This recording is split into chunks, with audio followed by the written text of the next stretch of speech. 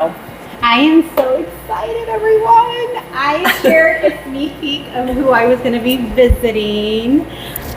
We are at R&B Farms out in Angier, and I'm excited to introduce you to Beth. She is one of the owners of the farm here. So listen, I thought it was so cool how we met. Can we just start with that?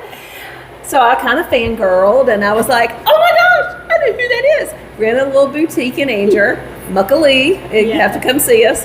So it was the day after Thanksgiving, right? It was Pink Friday. Yeah, Pink Friday. Yeah. So there's Janice, and she's in line, and I'm like, oh my gosh, I know her. So I totally stopped her, and I was like, hey, I just want to introduce myself, and then who knew we were going to end up here? I know. Well, you guys knew I would end up here because she owns a farm, and I'm always living vicariously through so many of you and really trying to connect you with amazing farms like yours here. Thank you. And what I love about your story, though, is it will connect with so many. Here's my little secret. I don't know how many of you really know this, but I don't own a farm. I live in I hate saying this when I'm in large spaces with farmers. I'm like, I live in HOA community. Yeah. But really, thanks Michaela. She said, Michaela's from agro-medicine. Okay. And she is like, Janice, you're a farmer. You're on so many farms. Come on. No, you are. But you came from an educational background, which is awesome. It's kind of crazy. Thank you for everything that you do. That's such an important role, just like feeding. Yes. Our community, educating just as well, too. Right. Well, thank you. I was very fortunate. I had a 34-year career in public education. I was a science teacher and then a high school assistant principal. And we always had the desire to have land and to be out. We didn't know what we were going to do with it, but we had that desire. Early in our marriage, we had a small piece of land in Cleveland County, and I partnered with some of my science teachers, and I was a seasonal tomato grower. What? I know, and you talk about hard work. If you plant 500 cherry tomato plants, you are picking every other day. Yes. And we were taking them to a distributor. Okay. And nothing is more frustrating than pouring heart, soul, sweat, tears into a crop, and then you take it in and they tell you how much they're going to pay you for it.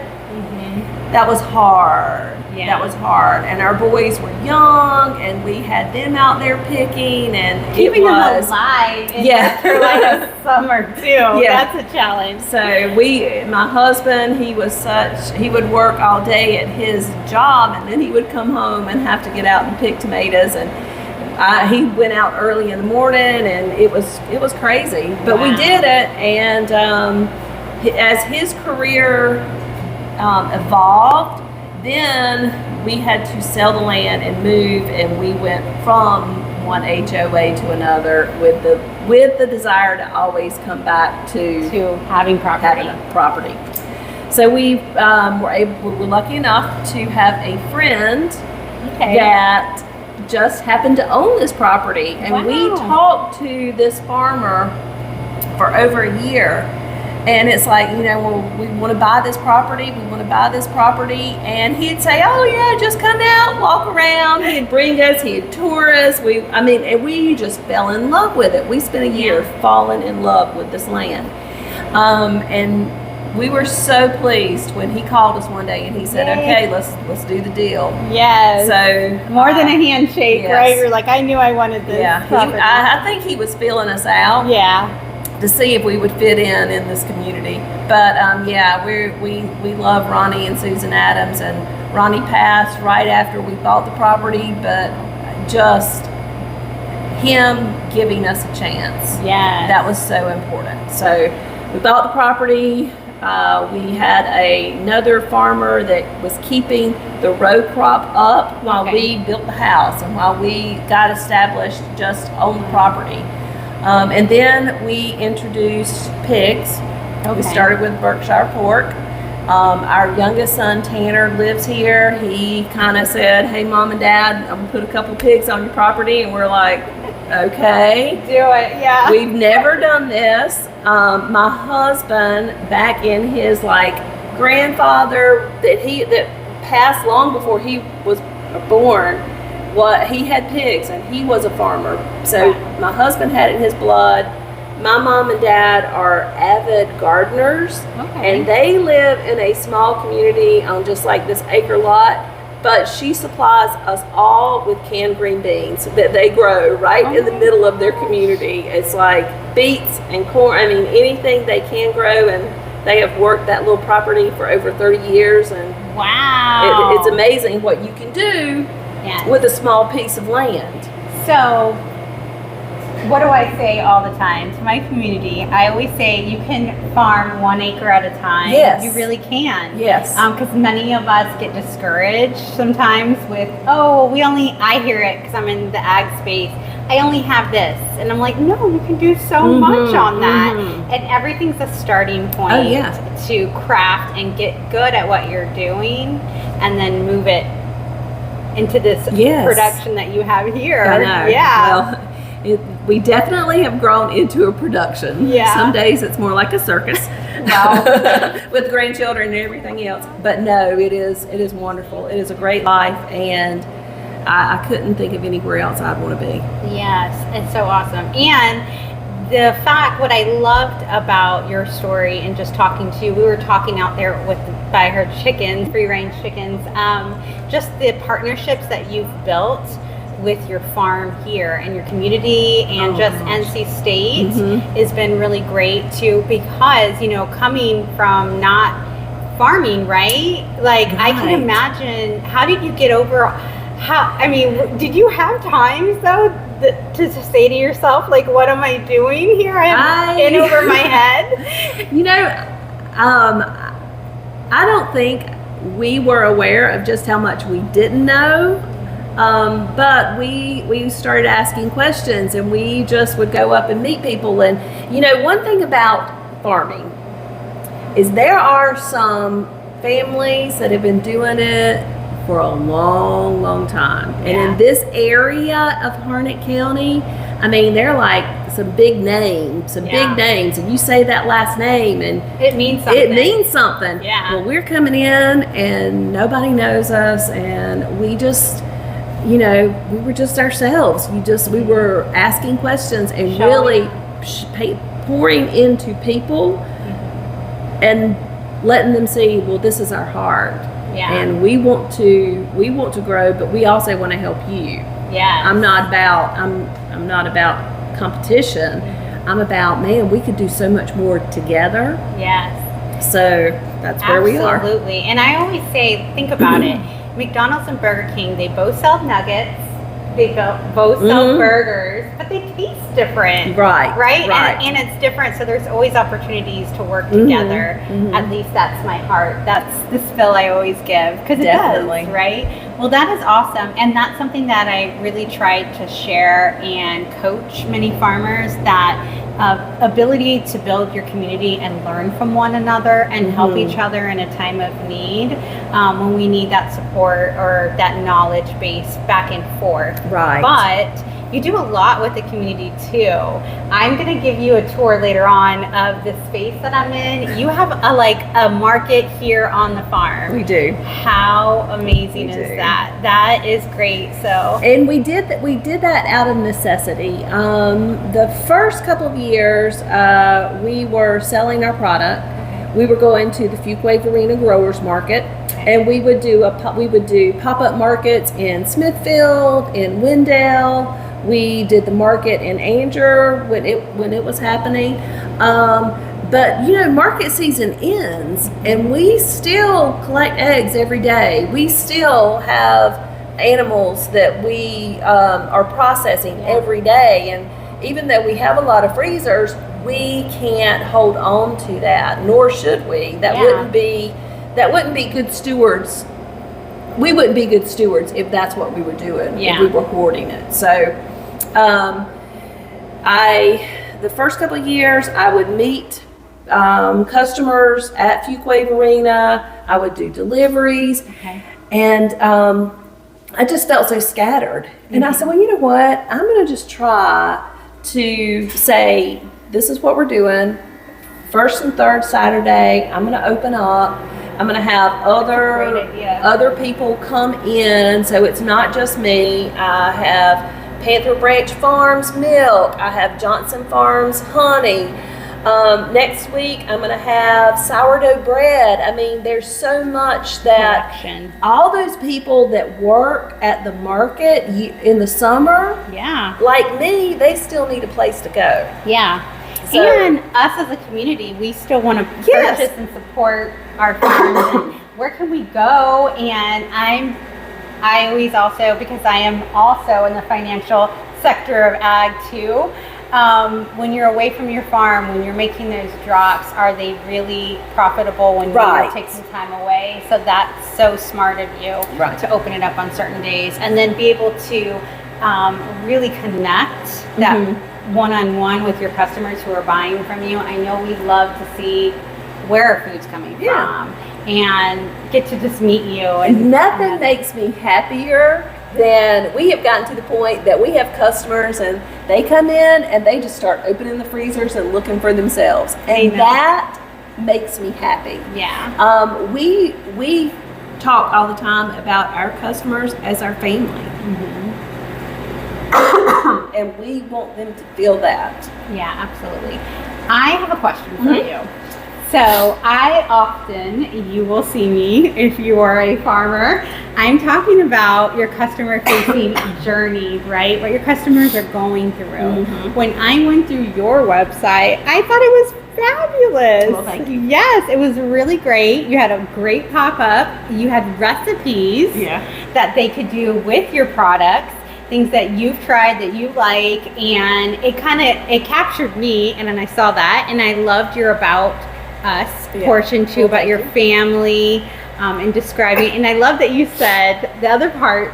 I'm jumping around, but I don't want to forget this part. You said you do everything that maybe your husband's not good at or doesn't want to do. I think, and I talk about finding each other's strength. That's it. In the farm family, like who's gonna.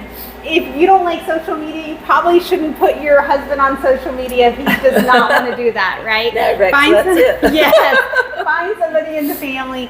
But how did you know that it was important to have that website? Like, did you do it yourself? Did you have somebody do it for you? So we knew we needed online space, and we went with a online company.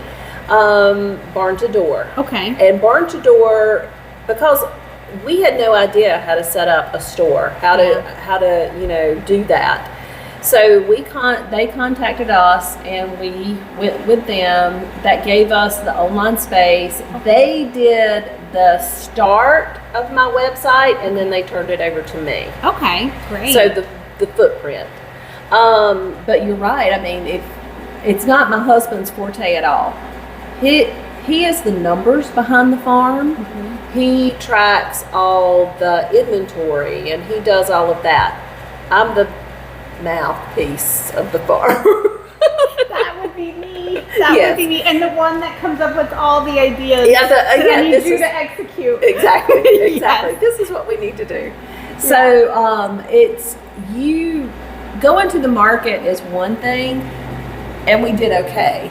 But our business over the 3 years, and we just completed a grant and submitted it, so these are the only numbers that are in my head. Our business has increased about 88%. Wow. Over the 3-year period. Wow. Now, I know that we cannot sustain that because, we're at capacity right now. But what we're doing is trying to build a strong foundation for my son, who is in this with us, and my grandsons, Yes. so that they can continue it if they want to. That is amazing. That is So amazing. building that, we're not out to feed the world, but I'd love to have my product in a 20-mile radius. Yes. And I would love to invite my family, Yes. in to that. And you are speaking my language, because when I teach my courses to farmers, that's what I'm saying. What is your radius that you need to go to? Your immediate radius, and then you can branch out as you craft and get better at what you're selling. And you really, honestly, you are a walking exactly what I say to do. And I mean that, Beth, because I say start with one thing. Oftentimes as farmers, we get discouraged really easy sometimes. And then it's like, maybe this is not working. So let me go get some hogs. And then you still haven't gotten good at the chickens, and then now you have chickens and hogs, and now you're just like in a mess, and you're frustrated and you don't know what to do. And then thinking about marketing and customer facing is like the least thing you want to do too. So you've really been able to hone in and get good at each step along the way and build that. So I think that is just like, thank you. Well, thank you. Yes. We have been very blessed by this process. I mean, we started out, we had the land, and we started out feeding ourselves. And I cook. I mean, my nanny and my mama taught me how to cook. Wow. And I cook, and when people would come up and they were like, well, what will I do with it? I'm like, girl, it's so easy. Just do this. And that's where the recipe idea came from. I like putting that out there. Because people will ask, well, what do you do with it? Oh, let me tell you what I do with it. They will ask, and then you'll sit there and you're like fumbling. So having something prepared for when they ask is smart. I know, because we all, if you are feeding a family, you get tired of that rotation that you have. But talking to somebody else, see what's in their rotation, and then add it. That's fun. Yeah. Just a little different. Yeah, that's fun. And so do you have, I'm curious, do you have a email list that you send updates to customers? I do. Okay. So one thing that not only did Barn to Door talk to us about, getting the website, getting our e-commerce set up, but using MailChimp. Okay. So we use MailChimp. We send out a newsletter. And in that newsletter, I tell everybody, when I'm trying to get emails, hey, I promise I'm not going to blow up your inbox, and I don't, because I might send maybe one every 2 weeks, or it's especially during the off season. Yeah, you might go a whole month and you might not hear from me at all. Where is Beth? She's in the garden. She's probably getting the garden ready. I try to put out on social media, so using those platforms. But there's a lot that you can do for free. You got to sell yourself. Yeah, absolutely. And that's one thing that I believed in education with my students, is that you got to tell your own story, because if you don't tell your own story, then how's anybody going to know? And then they're going to make up a story for you. Beth, will you just travel along North Carolina with me? Yes. Because that is what and we'll hit every little boutique along the way. Yes. Farms and boutiques. That is me, farms and boutiques. She was like, you put some miles on your car, and I said, you have no idea. Yes. Because I do. Because you're all over the state. How can you be rooted in North Carolina and not be all over the state, right? Yes, absolutely. But that is exactly what I'm trying to share at Rooted NC. Like, hey, you have to build that connection. We want to sustain our farms, but if we're going to do that, our customers and our community need to even know about us and need to feel that connection with us, because I'm more inclined, to keep going back to somebody when I know, hey, their birthday's coming up, or that sweet little story, or I see, your grandkids with you, and I get to see that this is a real farm. It is here. I get to, smell the air and hear the animals when they come pick up my products. That's more than picking up something off the shelf. As new customers come to us, that's what we would tell them at the market. Is like, hey, the Fuquay market, our farm's about 25 minutes from here. Come and see how we raise our animals. Yes. And I would tell consumers that anywhere is to go and see, and if how are they treating the animals? What are they feeding the animals? If we're saying that it is free range, are they really right outside the door pooping on the porch? Yeah. Because mine are. Yeah. It's not a good thing. Yeah. But yeah, and they ask are. questions, because farmers are going to be so happy to answer any questions that you have. Definitely. And I know it's kind of daunting when you're first getting into, I know a lot of us consumers are starting to care, and so happy about where our food is coming from, which is so important. And I think definitely COVID helped us along that way of realizing, oh my gosh, we could ultimately, our products could be scarce, right? So if somebody has never bought from a local farm, is there any advice you can give them if they're starting out on purchasing? Word of mouth is huge. Okay. Word of mouth is huge for us. We get customers all the time. Talk to your neighbors and see. That's a good one. And I guarantee you, there's a product in like that 10-mile radius of where you are. Now, you might not be Alaskan salmon. We all can't get Alaskan salmon to grow. Yeah. Darn. Yeah. But you would be surprised. Yeah. You would be surprised. So word of mouth is huge.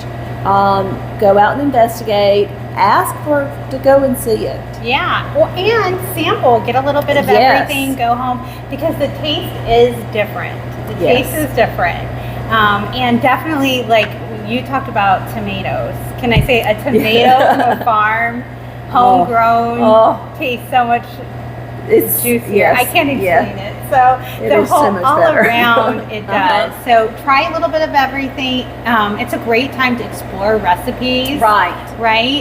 Pinterest is my favorite when I am stumped and I don't know what to cook and I need something different. So do that. And I do that all the time. Yeah. I'm like, what's in my pantry? Okay, I know I've got ground beef, and in my pantry right now I've got potatoes and onions. Type ground beef, potatoes, and onions, and just watch what pops up. It's crazy. And if you're looking for a product, just like you asked word of mouth, ask your farmer if there's a particular product that you also want that is going to be homegrown on a farm. Many of us are all connected. We're a big family, but small community as well here in North Carolina. So we can guide you to another farm that may have that product that you want. We do meat birds, but I do not do turkeys. Turkeys get big, and I am not. So anytime people would contact us, hey, do you have a turkey? And I'm like, I don't have a turkey, but Cathas Farm, and they are another Harnett County farm. Cathas Farm has turkeys. I tell people I don't do lamb. There's another farm that comes from Youngsville to my market, and I'm like, okay, so Hidden Acres Farm, they are here every other week. They do lamb. Yeah. So it's not just I'm sending customers away. But if you are looking for something in particular, I'm not going to try to change your mind. I'm going to help you find it. Yeah, and we will we're happy to give a recommendation to another farm. And it goes both ways for our farm community. And that's what I love about North Carolina farmers, for sure. And I know the price point sometimes can be a big difference when you have a big family. But there is always ways to still support your local farmers. That could be buying eggs, that could be buying vegetables, buying flowers. I'm not leaving my flower farmers out. And honey and elderberry syrup. I mean, there's some very unique niche farms out there that would love to have your business. Yes, absolutely. And we really listen.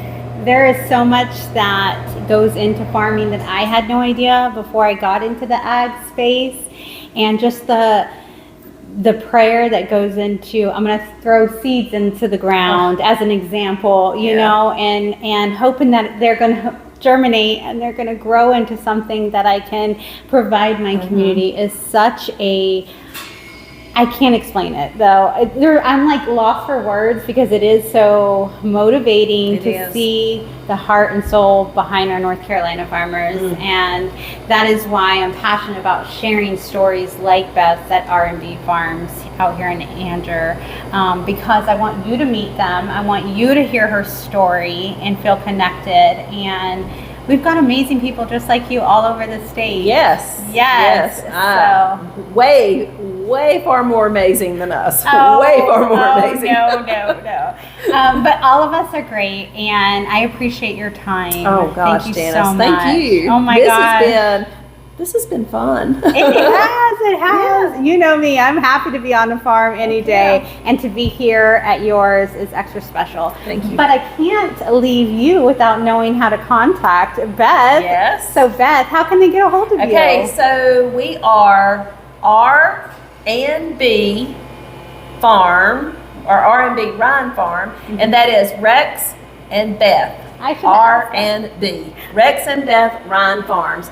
And we are online, rnbfarm.com. We will be at the Fuquay-Varina Growers Market. We are located just outside of Angier. Our address is on our website. You can Google us and we will pop up. But we are pasture-raised beef, pork, chicken, and free-range eggs. Yes. And I think I saw, was it sunflowers? That's just my hobby. I do. Just a hobby.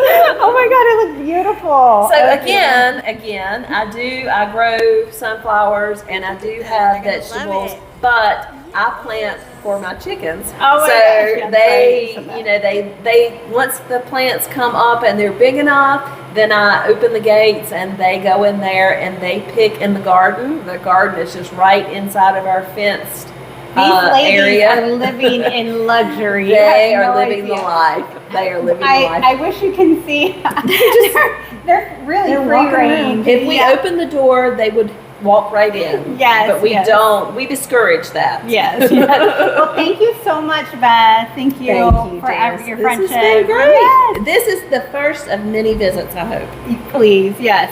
Thanks, guys, and don't forget to support R&B Farms out here in Angier. Bye. Bye.